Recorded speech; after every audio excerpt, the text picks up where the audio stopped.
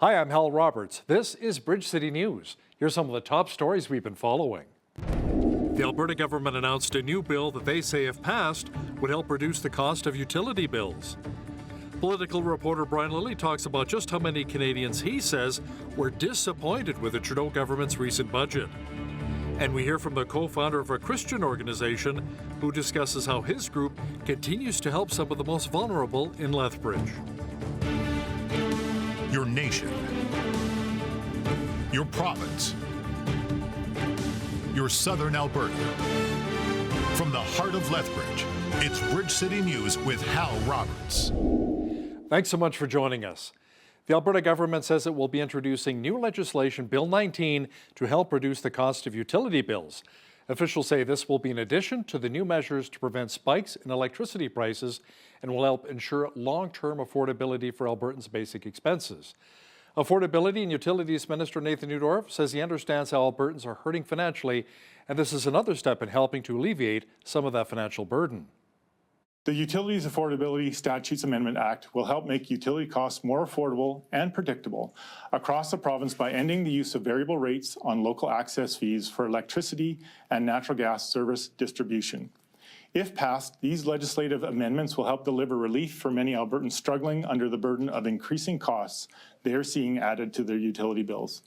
As the Premier mentioned, this legislation addresses local access fees.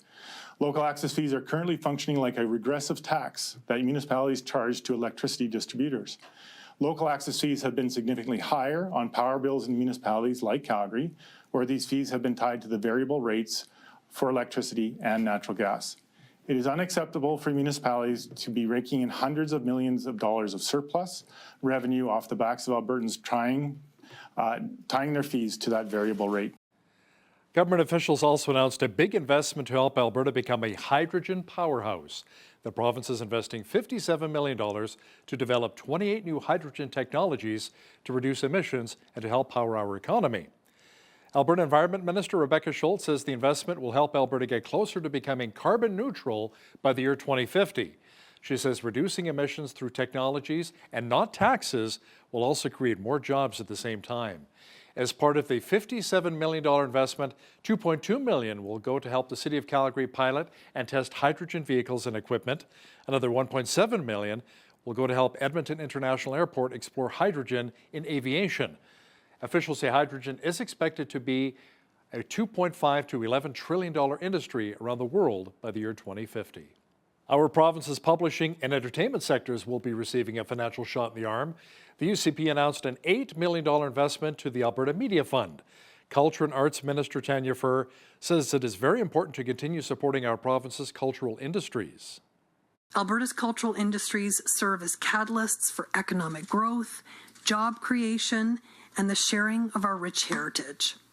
Just as our film and television sector captivates audiences, the music, book, and magazine publishing industries stand as beacons of creativity and imagination, enriching our lives and reaching into every corner of our economy. Furr adds that in 2021, Alberta's publishing and entertainment industries contributed around $2.7 billion to our economy while supporting more than 19,000 jobs.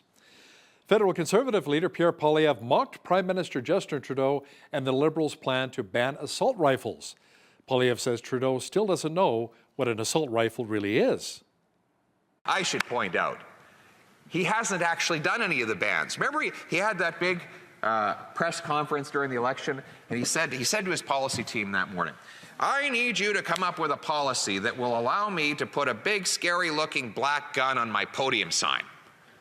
And then they said, okay, we'll think of something. And he put that scary-looking gun on his podium sign. He said, well, I'm going to ban all of these assault rifles. Well, they asked him, what is an assault rifle? He said, well, I don't know, but it's that black scary thing on the front of my podium sign is the assault rifle we're referring to. And all these years later, it's now, what is it, 3 years later since he made the promise? He was asked again in the hallways, what is an assault rifle? Well, I'm still working to figure it out, he says. So these rifles that he says he's going to ban one day, he doesn't know what they are, but one day he's going to figure it out and he's going to ban them. In the meantime, he has spent $40 million to buy exactly 0 guns from owners. He said that he was going to ban them and buy them.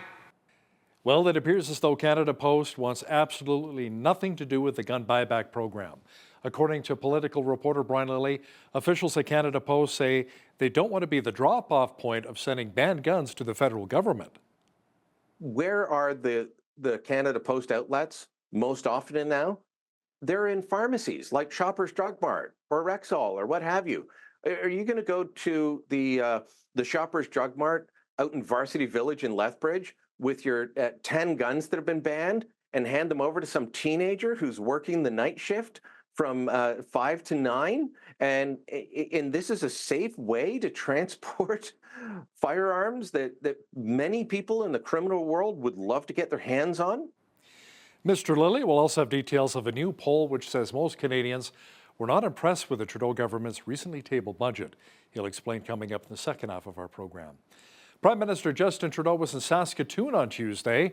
He spoke about his government's recent investments in youth, education, and health in our country's Indigenous communities. Trudeau says billions of dollars in new funding will also help to create more jobs for our First Nations people. Indigenous peoples have always been innovators, from trading and trapping to establishing local, regional, or national organizations to bring in further investments to their communities.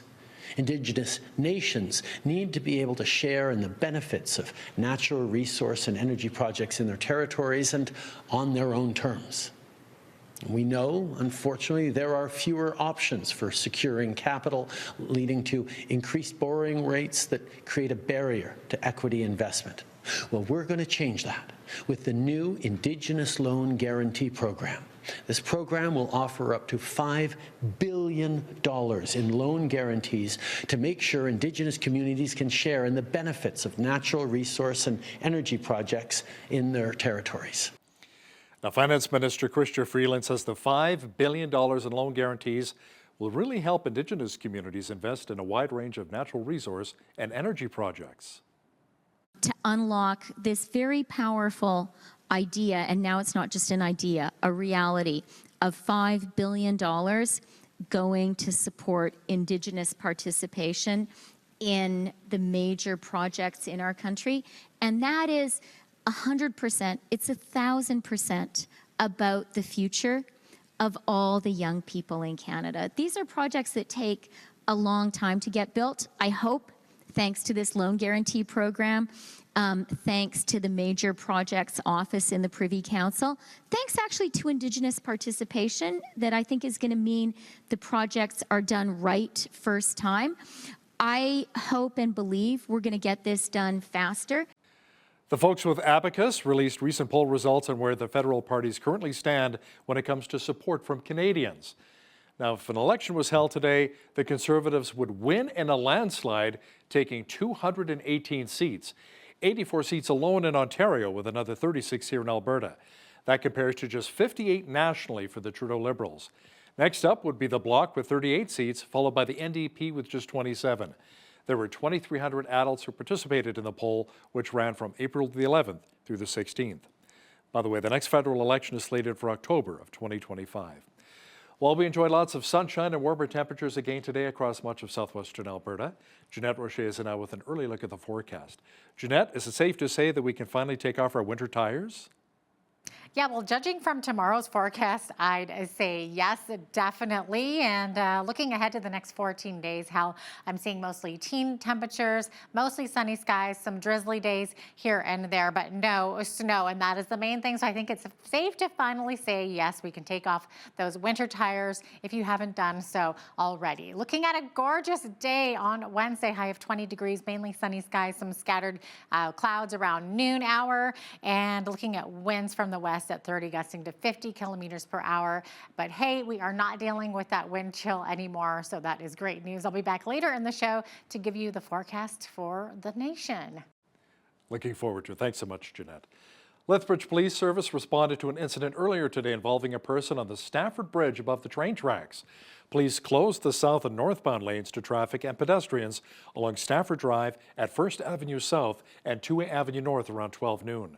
Around 45 minutes later, police were seen dispersing and clearing the area to traffic. They sent an update informing us that the incident was resolved and that the subject was taken into custody and transported to the hospital.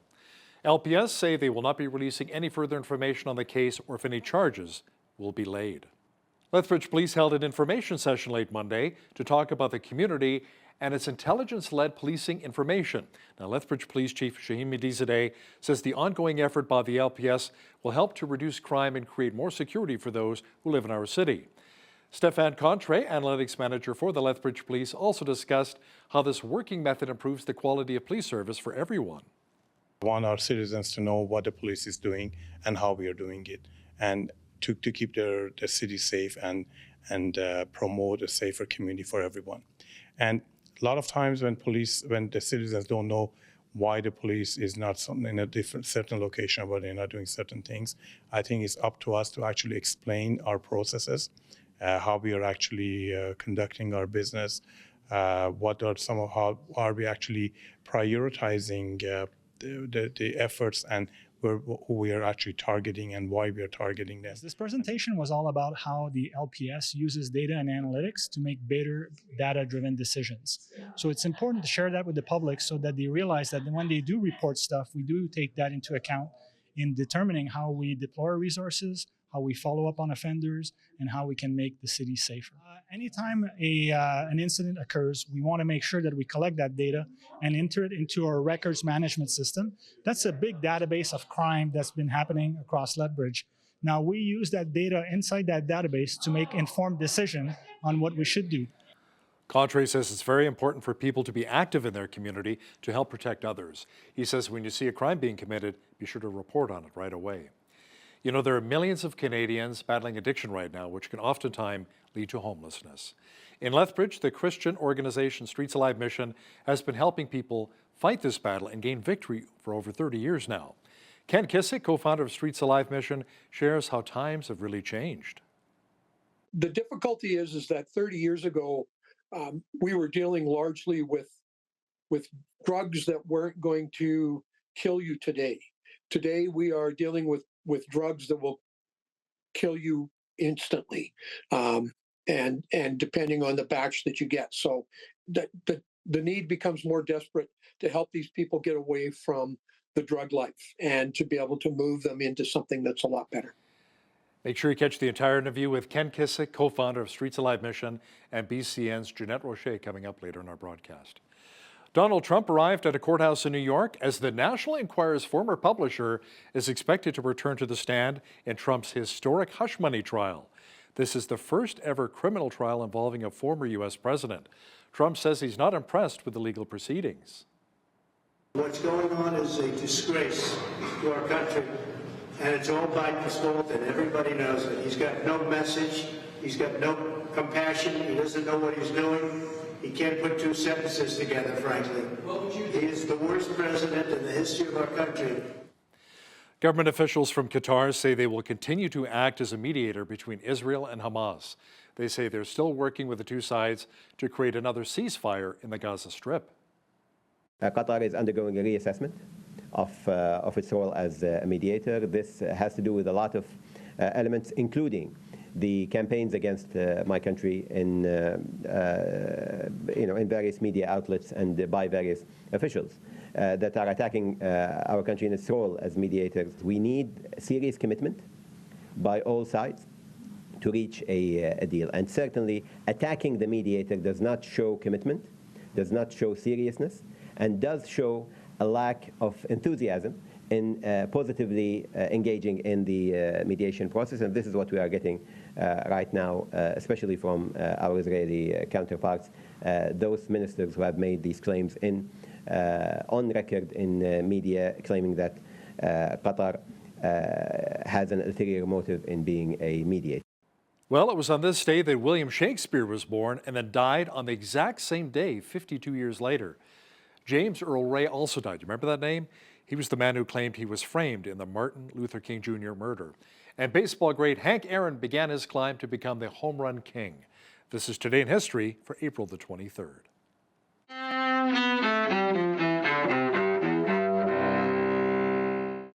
April 23rd, 1564. To be or not to be? That is the question. William Shakespeare is believed to have been born on this day in Stratford-upon-Avon, England. The poet and dramatist known as the Bard, one of the greats in world literature, dies on the same day 52 years later. 1998, James Earl Ray, confessed assassin of Martin Luther King Jr., dies at a Nashville hospital at age 70. Once behind bars, Ray later insisted he had been framed, alleging a conspiracy behind the killing of the civil rights leader. 1993. We're going to go to the public and ask him not to eat grapes. Labor leader Cesar Chavez dies in Arizona at age 66. Chavez, who organized migrant farm workers, led boycotts and strikes to secure bargaining agreements with growers. And 1954. Hank Aaron, with what's then the Milwaukee Braves, begins his long climb to becoming baseball's home run king. Aaron hits the first of 755 career home runs during a game against the St. Louis Cardinals. The Braves win that game 7-5. Today in history, April 23rd. Sandy Kozel, The Associated Press. Now, still with sports, a couple of Canadian teams were in action in the NHL playoffs on Monday night. The Toronto Maple Leafs even their series with the Bruins at a game apiece after winning 3-2 in Boston. The Edmonton Oilers, meanwhile, took a 1-0 series lead after defeating the LA Kings 7-4 in our provincial capital. The Oilers' Zach Hyman had the hat-trick for the Oil. Oilers captain Connor McDavid, meanwhile, who had 5 assists, says his squad showed great energy for Game 1. I thought both my wingers were good. I thought they did a good job getting on the forecheck, winning pucks back down low, and we were able to create a couple of chances, and ultimately they score a couple. So I thought they both were good. You want to win every game. We'd want to win Game 2 even if we lost. So we want to win Game 1, or we want to win Game 2 even though we won Game 1. So it doesn't change much. We got to come out with that same urgency, that same desperation, I guess. Be ready to roll. Hoping that a Canadian team finally brings the Stanley Cup back home to Canada. 1993, when the Montreal Canadiens last won it, was a very long time ago. Well, it was another beautiful spring day here in Lethbridge, and the warmer temperatures will remain with us for the rest of the week. A full look at the weather picture is coming up.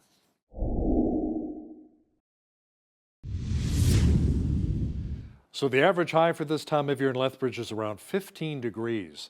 We were fairly close to that today. Jeanette Rocher is in now with all of the weather details. Jeanette, we may even see 20 degrees as well fairly soon. Yes, as early as Wednesday, looking right there. And you know how we even exceeded that 15-degree mark today. We got up to 18 degrees, but we're seeing clear skies right across. There's more of that where that came from. Looking at 18 again on Thursday, 14 on Friday, 16 and sunshine on Saturday. Going to be a beautiful weekend. 18 degrees on Sunday with scattered clouds and partly cloudy skies as well on Monday with a high of 16 degrees. So that is more like it. And I'm seeing mostly above average temperatures there. So the average high for this time of year, 14. Average low, 0, 25. That was our hot day on this day back in 1962. That's when that happened. And looking at 5 years later, 1967, we were sitting at minus 18. Sun rose this morning at 6:22, sunset this evening at 8:38 p.m., giving us 14 hours, 16 minutes of daylight, 2 minutes longer than we saw yesterday. On the coast tomorrow, some early morning showers and then clearing up throughout the day. 13 for a high in Victoria, looking at some 40K winds in the Juan de Fuca Strait there. 12 for a high in Vancouver, 20 degrees in Edmonton tomorrow, lovely day, and a high of 18 degrees in Calgary. Sunshine for the most part across those prairies. Same thing for Saskatchewan and Manitoba. Mainly sunny skies, looking at beautiful temperatures, high of 22 in Saskatoon, 23 rather in Saskatoon, 22 in Regina, 19 in Winnipeg. Looking at some windy conditions though, up to 40 and 50K winds in those prairie cities. As we get into central Canada, here's where things take a little bit of a turn. We are seeing some early morning showers in Toronto, 40% of chance of that. 9 degrees for a high, only 6 for a high in Ottawa. And guess what? They could see a 60% chance of showers or flurries. And then Montreal looking at 5 millimeters of rain or snow and only 5 degrees there. What's going on in central Canada?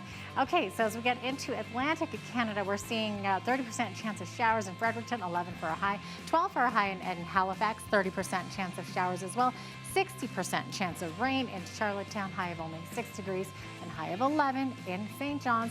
and looking at 2 to 4 millimeters of rain there. So there you have it. That is your forecast. The government of Alberta is stepping in to stop Calgary residents from being forced to pay hefty surcharges on their power bills. The province's utilities minister, Nathan Neudorf, introduced a bill that, if passed, would ban cities from using variable rates to calculate local access fees on power bills beginning in the new year. Local access fees are charged to power companies in lieu of property taxes, but Calgary's fees rise and fall with the price of electricity, while other municipalities have a fixed rate or some other formula. Now, as a result, Calgary took in $186 million more than expected last year from the fees, while residents had to pay about $240 on average, which is about 3 times more than Edmonton residents had to pay. The Competition Bureau is weighing in on an $8.2 billion U.S. deal that would see American-based Bunge Limited buy Viterra Canada.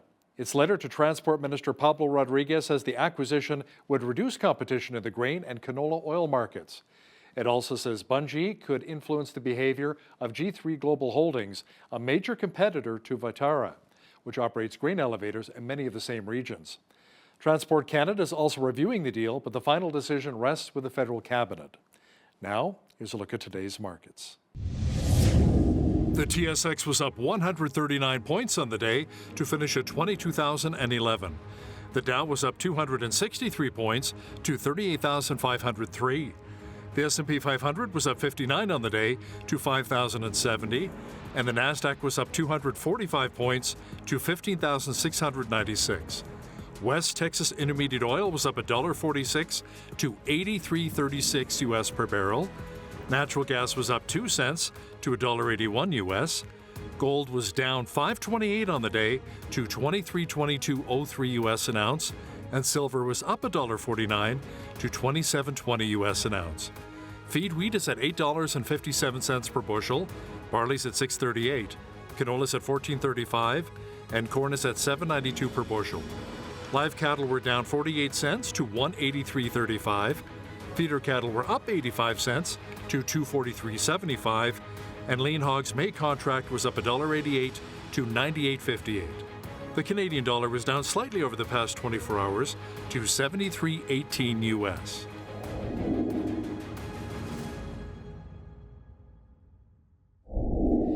Recapping one of our top stories, the folks with Abacus released poll results on where the federal parties currently stand when it comes to support from Canadians. Now, if an election was held today, the Conservatives would win in a landslide, taking 218 seats, 84 seats alone in Ontario, with another 36 here in Alberta. That compares to just 58 nationally for the Trudeau Liberals. Next would be the Bloc with 38 seats, followed by the NDP with just 27. There were 2,300 adults who participated in the poll, which ran from April the 11th through the 16th. Coming up, a chat with political reporter Brian Lilly, who will discuss why so many Canadians are still upset with the recently released Budget 2024 from the Trudeau government. Listen, when you see news happening in your community, be sure to send us an email at info@bridgecitynews.ca. Also, be sure to visit our website anytime to check out a number of stories and interviews.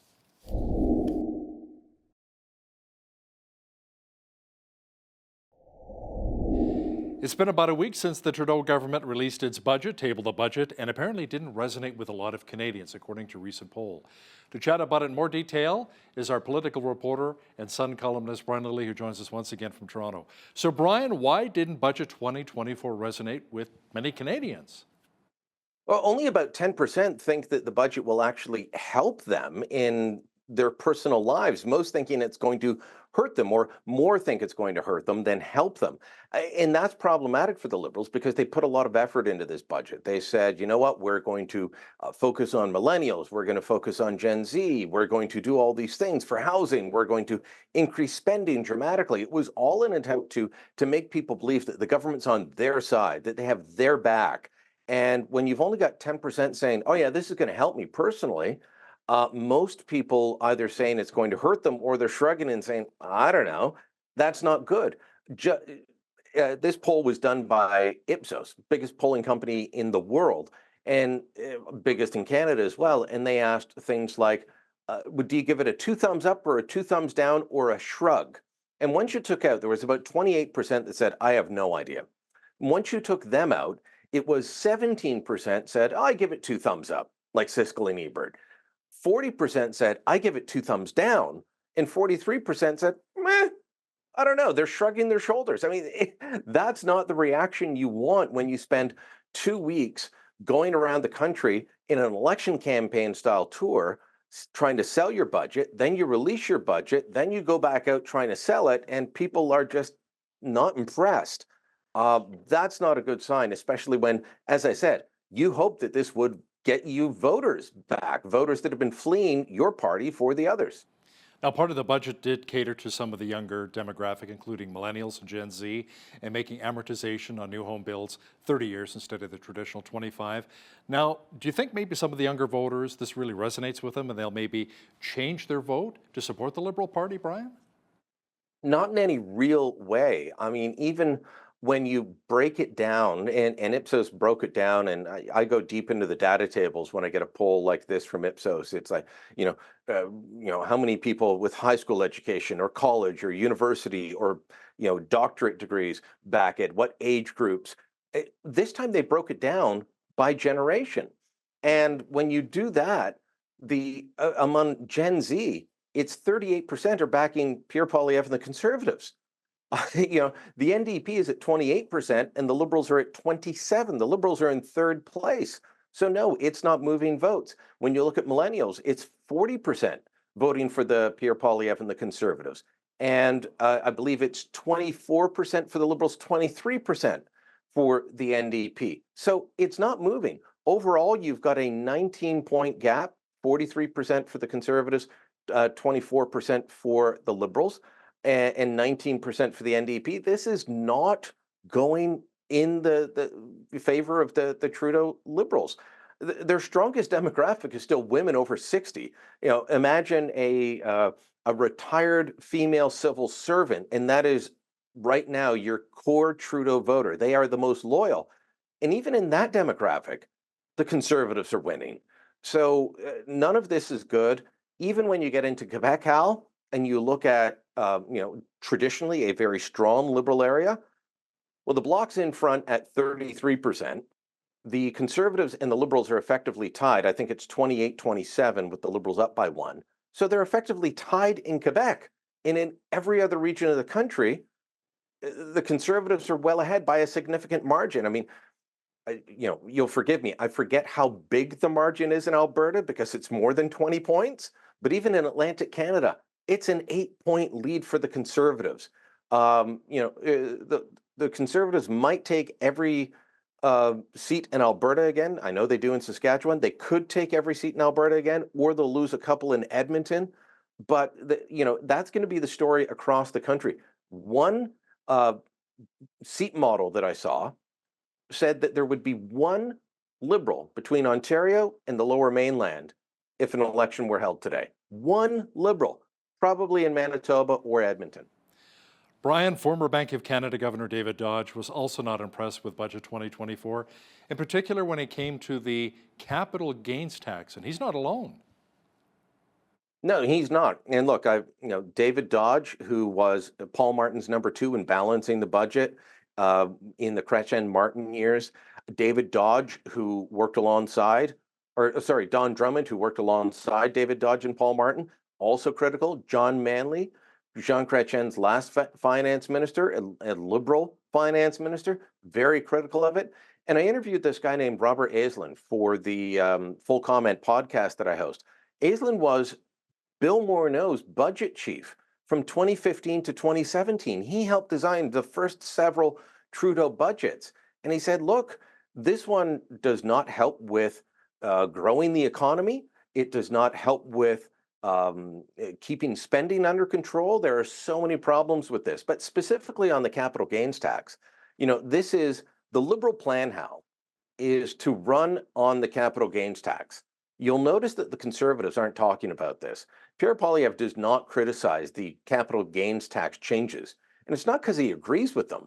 He doesn't want to give Trudeau what he wants. And Trudeau wants this to be a battle about the capital gains tax, and he wants everyone to stop talking about the carbon tax. Here's why. This is the politics behind it all. The The Liberals are losing on the carbon tax. They've lost their own voters on the carbon tax. Nobody likes it. They want it gone. Okay, let's bring in a new tax. Or let's change an existing tax. So they bring in the changes to the capital gains. And their claim, and it's right in the budget document, it's a complete fabrication, but it says this will only impact 0.13% of the Canadian public, Canadian taxpayers.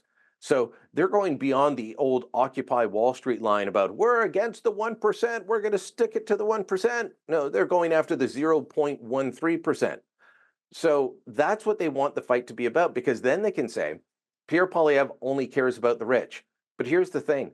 This tax will affect doctors. The Canadian Medical Association has said this will hurt doctors who have been saving for their retirement. They don't have pensions. Your family doctor doesn't have a pension. They save for their retirement within their corporation, or they sell their practice when they retire.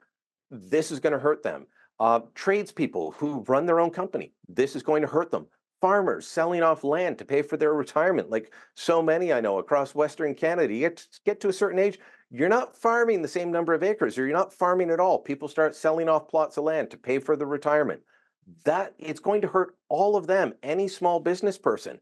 But the Trudeau Liberals want to make all of those people out to be the monopoly man with the monocle and the top hat, and they want to campaign against those people in a class warfare, generational warfare, far left-wing populist campaign. It's like taking what Donald Trump does, but flipping it and making it work for Trudeau from the left. Very populist, very angry, telling people your problems are not due to you, they're due to those people over there, and we're going to get them. I saw that you recently interviewed federal Conservative leader Pierre Poilievre. Good job, by the way, Brian. And he mentioned in the interview that not only does he want to axe the carbon tax, but he also wants to cut income taxes to make life a little more affordable for Canadians. Is this something new from Poilievre? Well, it was new to me, and if you watch the interview, you hear me interrupt him after he says he wants to cut income taxes to make life more affordable. I said, "But you want to cut income taxes?" He said, "Oh, I've said it many times." Now, I've watched a lot of his rally speeches. I've watched a lot of his media things. I had not seen it. He and his staff assured me, no, he's raised this many times. And it's not going to be income tax cuts for people at the top, although I would actually recommend that, because the Trudeau Liberals have brought in income tax levels that discourage people from staying here and investing here. We should get rid of the ones that inhibit investment.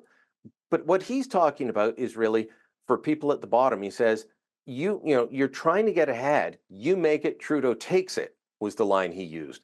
And he said, we've got to make life more affordable for people who are working hard and just trying to get ahead. And that's not happening at the moment. Canada Post, Brian, has said no once again to participating in the so-called gun buyback.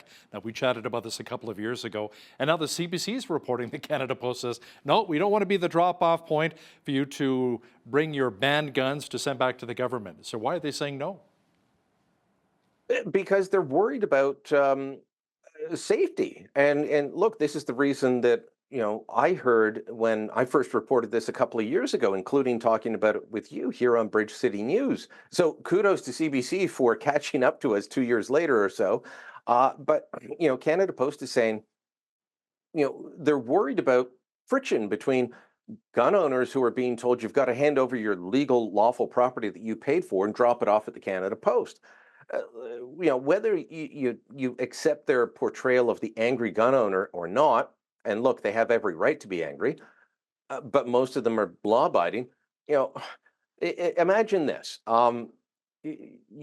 Where are the Canada Post outlets most often now?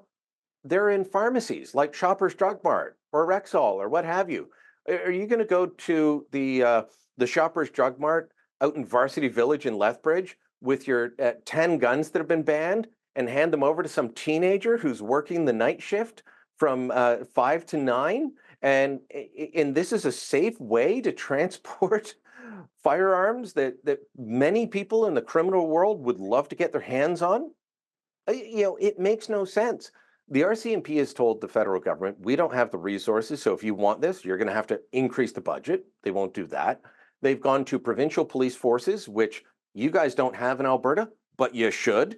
They've gone to provincial police forces like the Ontario Provincial Police, the Sûreté de Quebec, and asked them, and they said, we don't have the ability to do this. They've tried to convince major municipal forces. Everybody's saying, look, we don't have time to do our regular jobs, never mind add this on to it. They've tried to ask the Canadian Armed Forces, and they've said, no, this is not our job.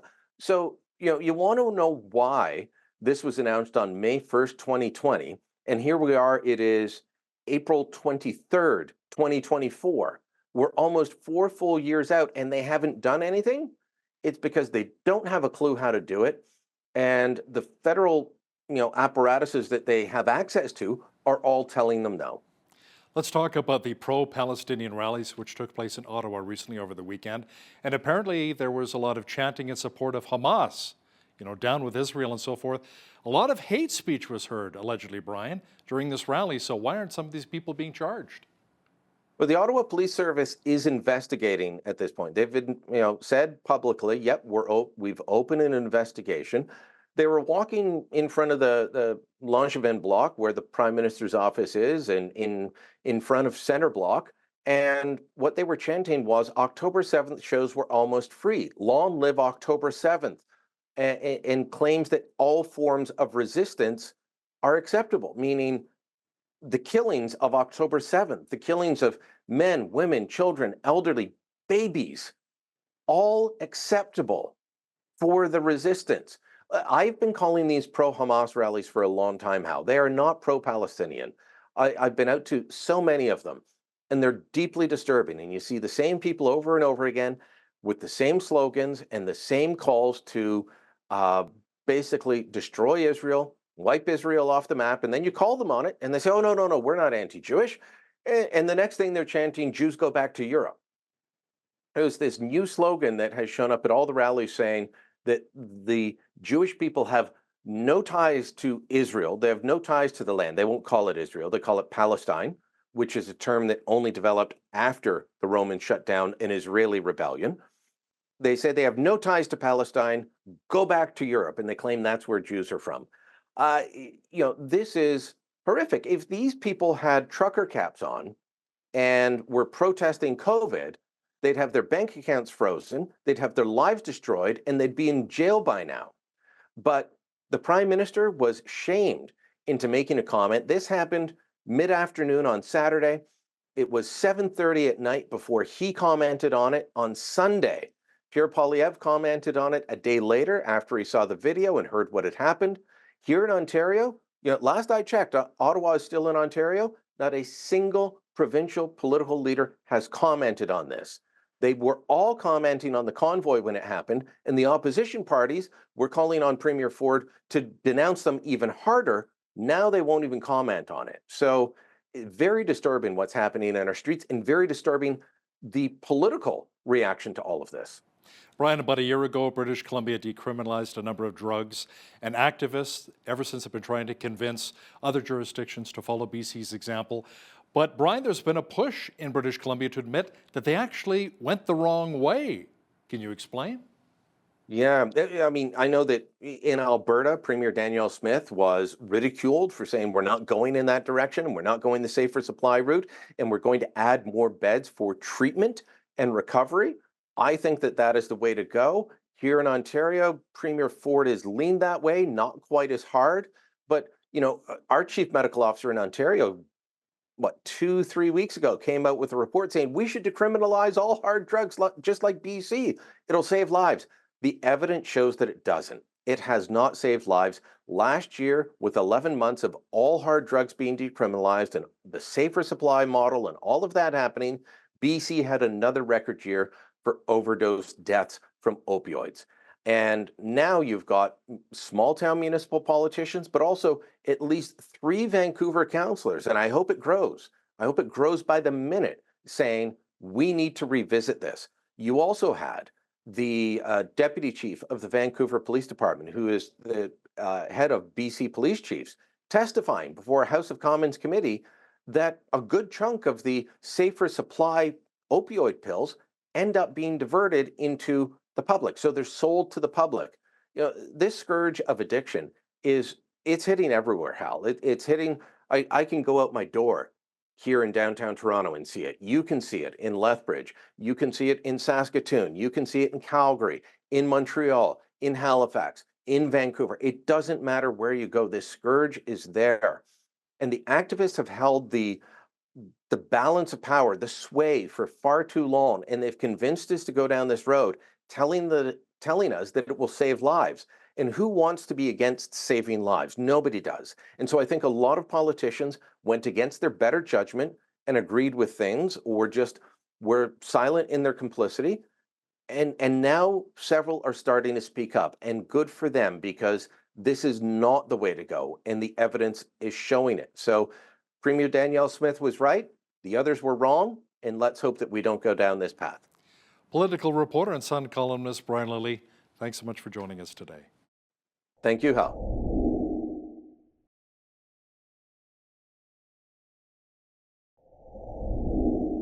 With the ongoing housing crisis and high inflation levels combined with an opioid crisis, there are some serious challenges for low-income families, those with addictions, and the homeless. Joining us now is Ken Kissick. He is a co-founder of Streets Alive Mission in Lethbridge. Ken, welcome back to Bridge City News. Great to have you on today.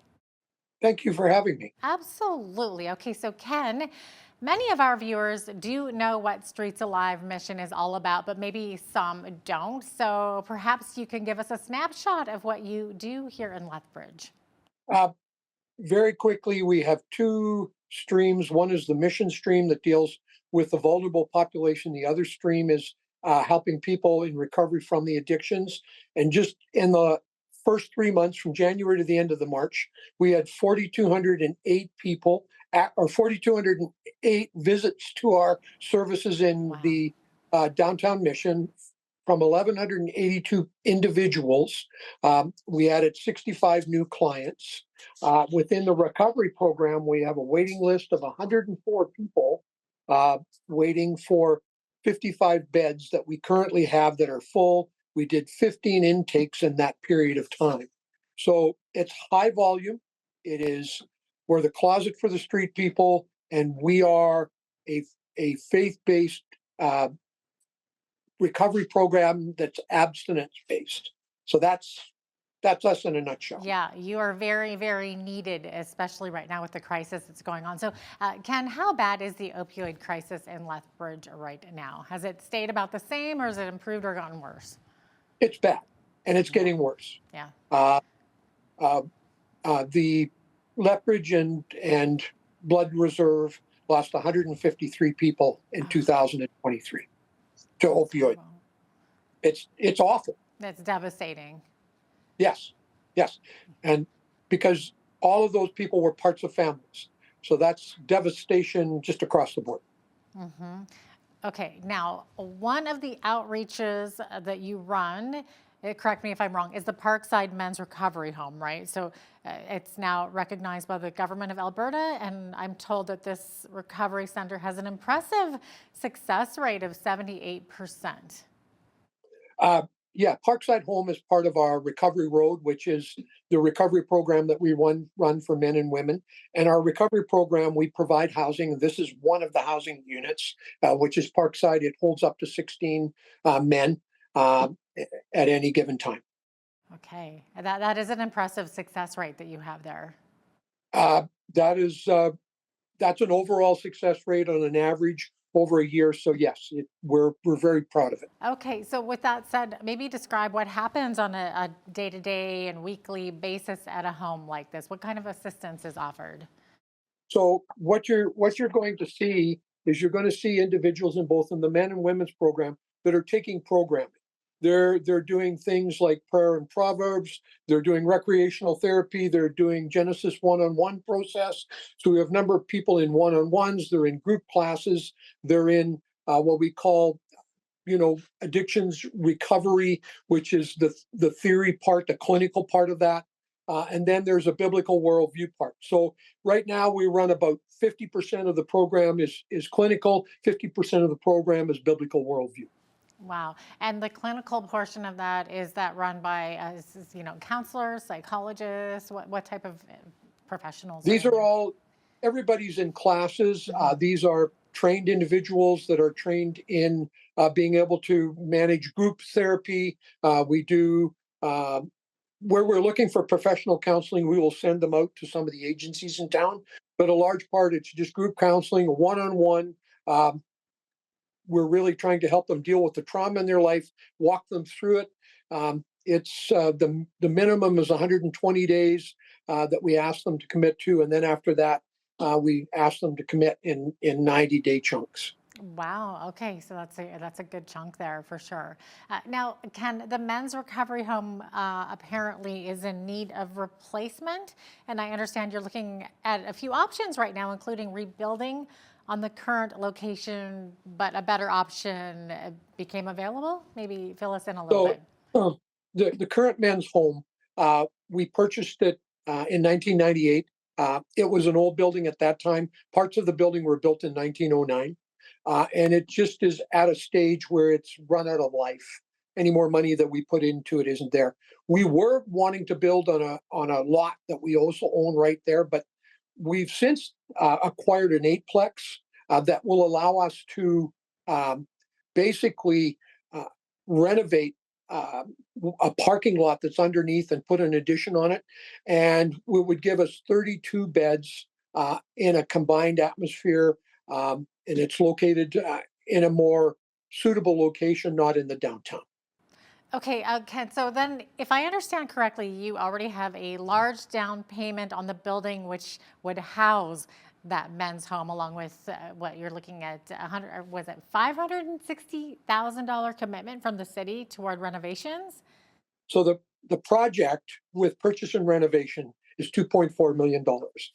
We have $560,000 from the city. We're waiting to hear on an $850,000 grant from the province. We've raised approximately $400,000, and so we need about another $600,000.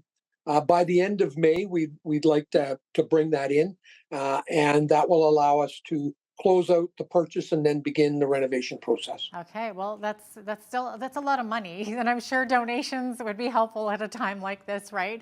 So how can viewers donate to the cause? We are running what we call our Coming Home campaign. If they go to the website, www.streetsalive.ca, they'll see it on the top bar. Just click on campaign, and you can donate right there. Just mark it for the campaign.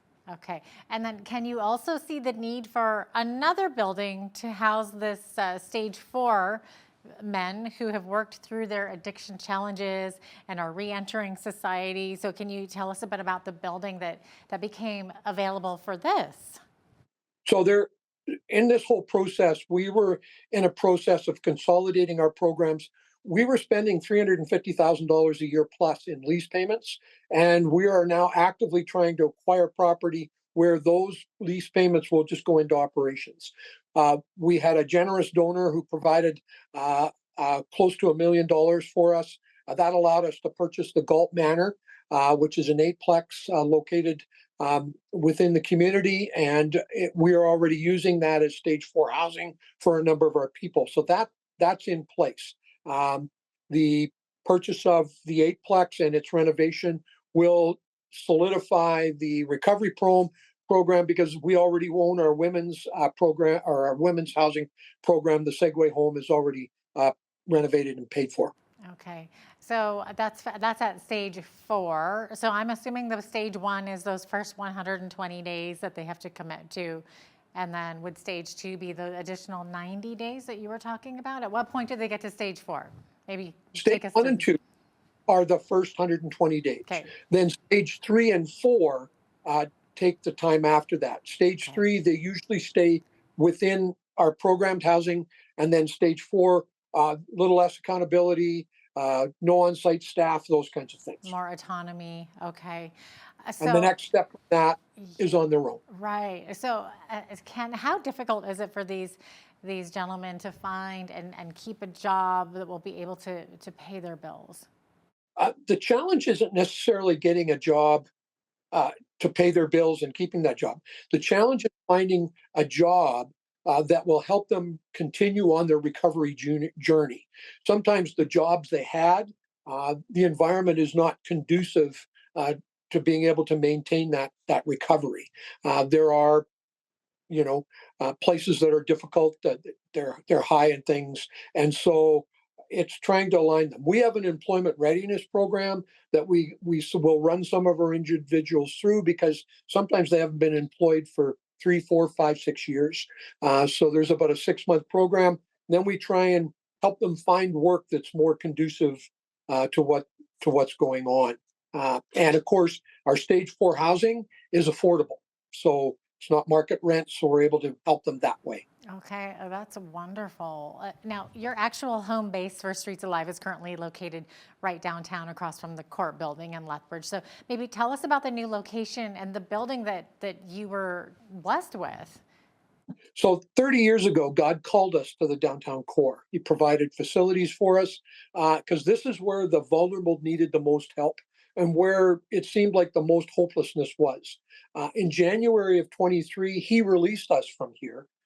And quickly, through a series of events, the El Dorado property on the north side, 17,000 square foot building, 2.59 acres came available, and we were able to pull the money together and have purchased it. We are currently leasing it back to the owners because they need to rebuild, but then we'll go in and renovate. The other thing that happened to us in the downtown is the needs has grown. 30 years ago, we had 20 people on the street. Now our street population is in excess of 200. We were helping 10 or 12 people a day. Now we help 65 or 70. And so that we just needed more space. And so it's exciting. The opportunity for us is there. God is, this project and everything else is something he has called us to do. But the reality is this will only be done with his miraculous provision through his people. So those that feel called to help, to simply go to the website and tune in, click on the campaign. There's lots of information there, and you can choose to help however you want. Yeah, I mean, like you said, it's exciting, but at the same time, the fact that there's a need for it, it's kind of like, it's just so sad as well.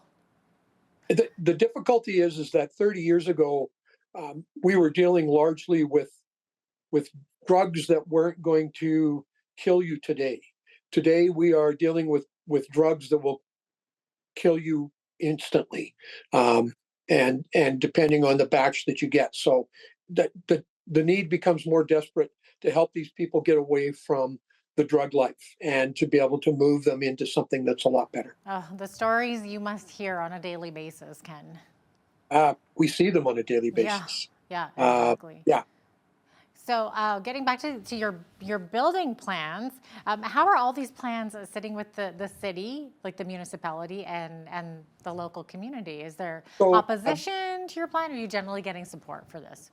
For the most part, we have support. There's still always hurdles. The 8 Collect project requires a rezoning, and that's in process, but we had a neighborhood meeting.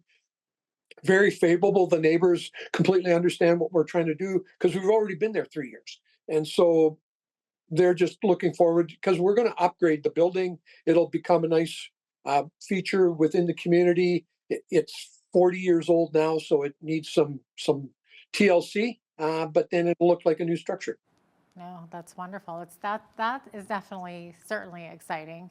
Absolutely. Kind of going back to the basics here of what you guys do, is it completely voluntary for these people to come to you? Yes. Yeah. All of our services and our recovery programming and everything else is voluntary. Nobody is forced to do it, and nobody is turned away. Obviously, we're a faith-based group, but that's not a criteria for them participating. We're more than willing to help anyone who wants to receive our help. However, we make it clear we are biblical-based programming, and a lot of times, most of the people that come in find their help in Christ because he is really the true healer that can help them out of the trauma and the things in their life. Mm-hmm. Do you find that sometimes people have to come back again and again and kind of redo the program with you? Obviously, not everybody is successful off the hop. Mm-hmm. We call ourselves the organization of a million second chances. So yeah, we'll bring, there's a process, but we'll always bring people back and through. But we have a pretty high success rate of those that are committed to getting through it. We love them and accept them where they are, and then we work with them, challenge them, keep them accountable, and again, we have that success rate that we believe is really great. Right. We did talk a lot about men's help there, but you help women as well, of course, don't you? Yeah, we have up to 14 women in the same kind of a program. Some of the programming that we do is joint, and some is as a close. But yeah, and the women are about the same rate of success as well. Our residences are homes. That's what we try to create them to be, and we create that home environment, and we give strength to it, and we're very excited about a lot of the successes.